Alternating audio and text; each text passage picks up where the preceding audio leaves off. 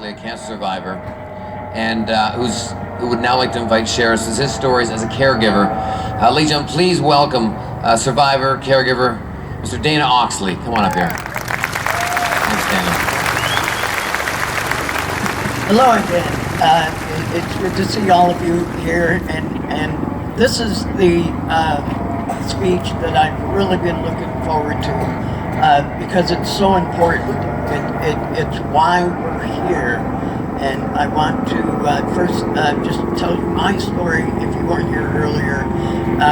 In 2005, this is my wife Diane.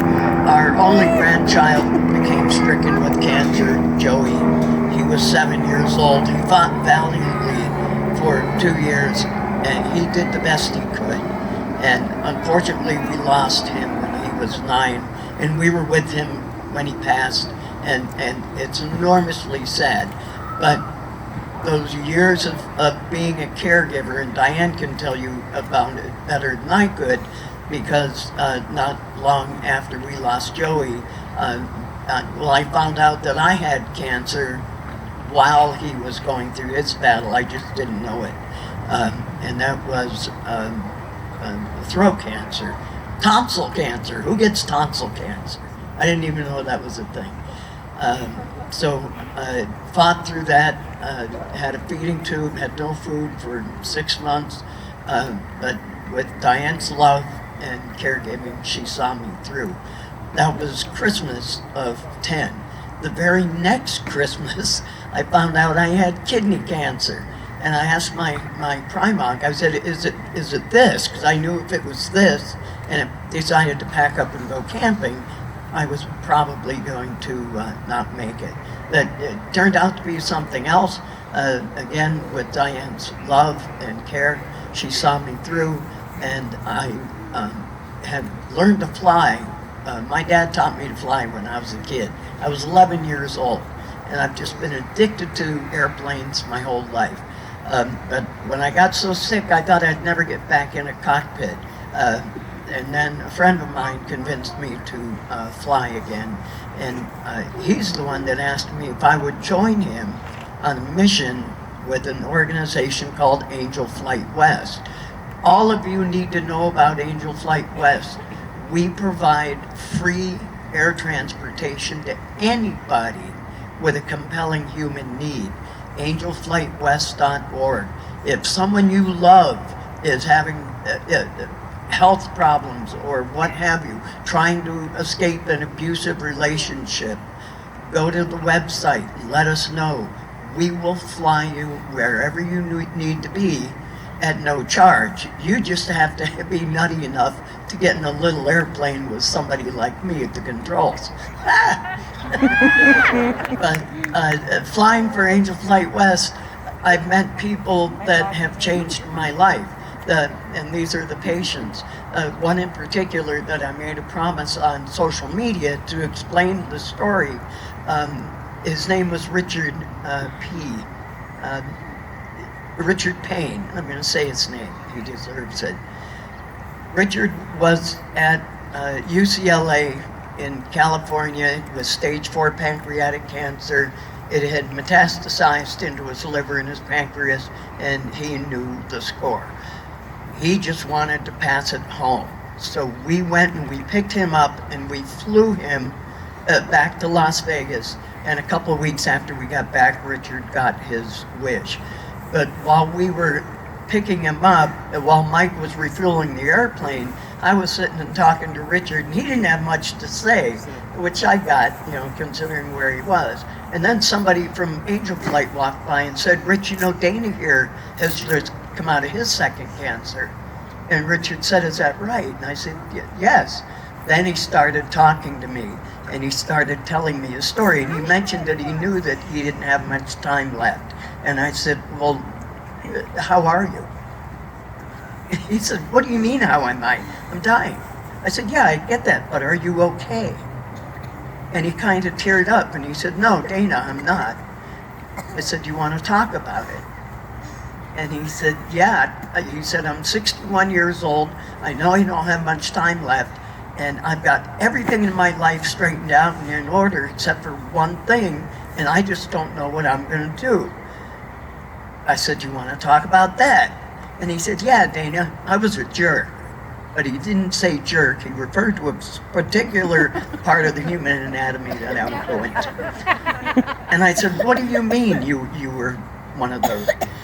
And he said, you know that guy that cut you off on the freeway and slammed on his brakes and gave you the finger? That was me. And the guy that cut in front of you in the grocery store line and told you where to go if you said anything, that was me. He said, I grew up that way. My dad was like that. And not in my home and not with the people I love, but when I was out in the world, I was that guy. And I cry every time I tell this story. And he said, now that I know that I've only got a couple of weeks left, I'm never going to be able to find all those people and tell them how sorry I am for what I did. And I said, Rich, you know, the fact that it bothers you that much is its own forgiveness. And I said, if you didn't worry about it, then I'd worry about you. But, you know, the fact that it bothers you, that's your get out of hell free card. Another person I met was a girl named Leah Goldberg, and I'm going to have you meet Leah. Leah was 16 years old. She had a brain tumor, and she started to lose, she was beautiful. I mean, she was the kind of pretty that you couldn't not look at. She was just a gorgeous young woman, and her mother was beautiful too, and it just proved to me you get apples from apple trees. So we flew Leah and her mom back from UCLA, and when we taxied up to the terminal at North Las Vegas Airport, I taxied around the hangars going up, and the airport personnel had led about 30 of Leah's friends from high school right out on the ramp where we parked, and they're holding up signs and teddy bears and flowers, and I started crying.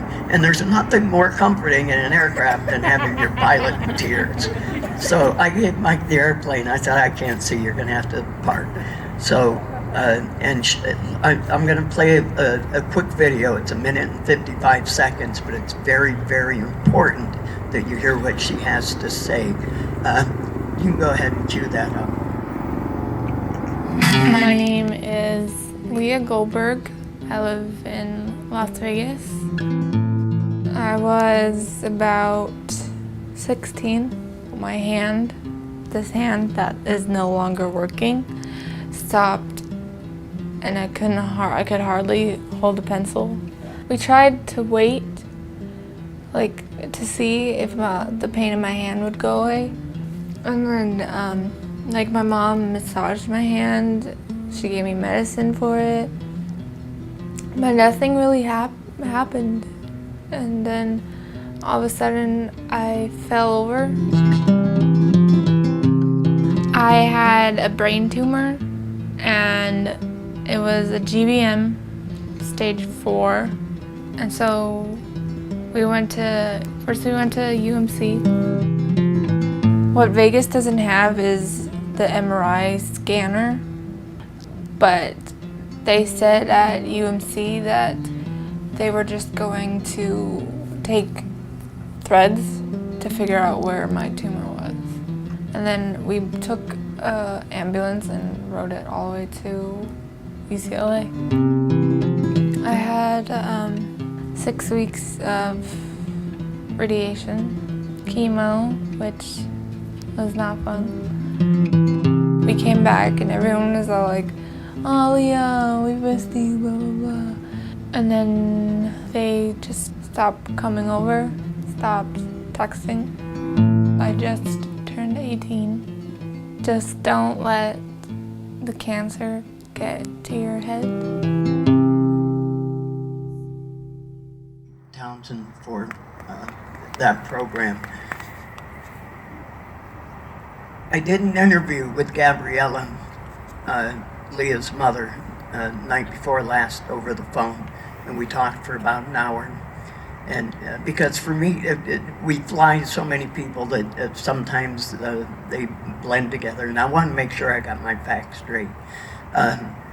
Mike and I were coming back from Oshkosh, Wisconsin, the summer before last, and we were 12,500 feet over New Mexico, and I got a text from Gabriella that said, those trains make a lot of noise. No, she didn't say it. She said, Leah's dying. She probably has less than 2 days. Before she lost consciousness, she asked if her pilots could come say goodbye. So we landed about an hour and a half later. We didn't even take anything out of the airplane. We threw it in the hangar. We ran for Mike's car. We went over and we told Leah goodbye. And I want to believe, even though she was unconscious, that she knew we were there. And after she passed about 2 hours after we left. Leah's mother asked if I would say a few words at her funeral, and of course I did. After the funeral, I was outside, and we let balloons go. It was really a beautiful thing. And a friend of their family came up to me and said, "It's so sad about Gabriella and her kids." Kid, Leah. And she said, "No, Leah's brother, Mark." I said, "Oh, I didn't know Leah had a brother." And she goes, "Oh, that's right, you wouldn't. He died 17 months ago from cancer."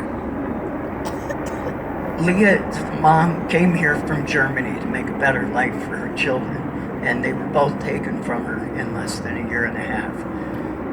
But she was the most, except for Diane, she was the most dedicated caregiver there is. And being a caregiver is every bit as hard, and in some ways a lot harder than being a cancer person. I've got kind of a unique perspective because I've had a front row seat at both. I've been a caregiver and I've been the cancer person. And whether you have realized this or not, it doesn't matter which one you are desperately trying not to scare the people that you love. And that is exhausting. You know, as a cancer person, I was terrified, but I didn't want her to know that. And as a caregiver, you're terrified about the person you love. But Leah's mom now is very, very active in Las Vegas, helping other parents go through that type of challenge. And it's important that we remember as survivors and as caregivers that it's up to us. We're the vessels that contain the memories of those who we've lost and the people that we're here to remember and honor tonight, and those who are knee-deep in the fight of their lives. So as we go through this beautiful Luminaria walk, remember that when someone is in Leah's position, that's when they need you the most. And it's hard especially for young people, because they project themselves into that reality. They don't know what to say. Maybe I'll say something stupid. I don't want to hurt anybody's feelings. You don't even have to say anything. Just hold somebody's hand when you have the chance, because sometimes that chance slips away before you know it. So God bless all of you. All of you sitting out here are angels. I can't see your wings, but I know they're there. And I just want to thank you for letting me steal a few moments of your evening. Thank you. Thank you, Dan.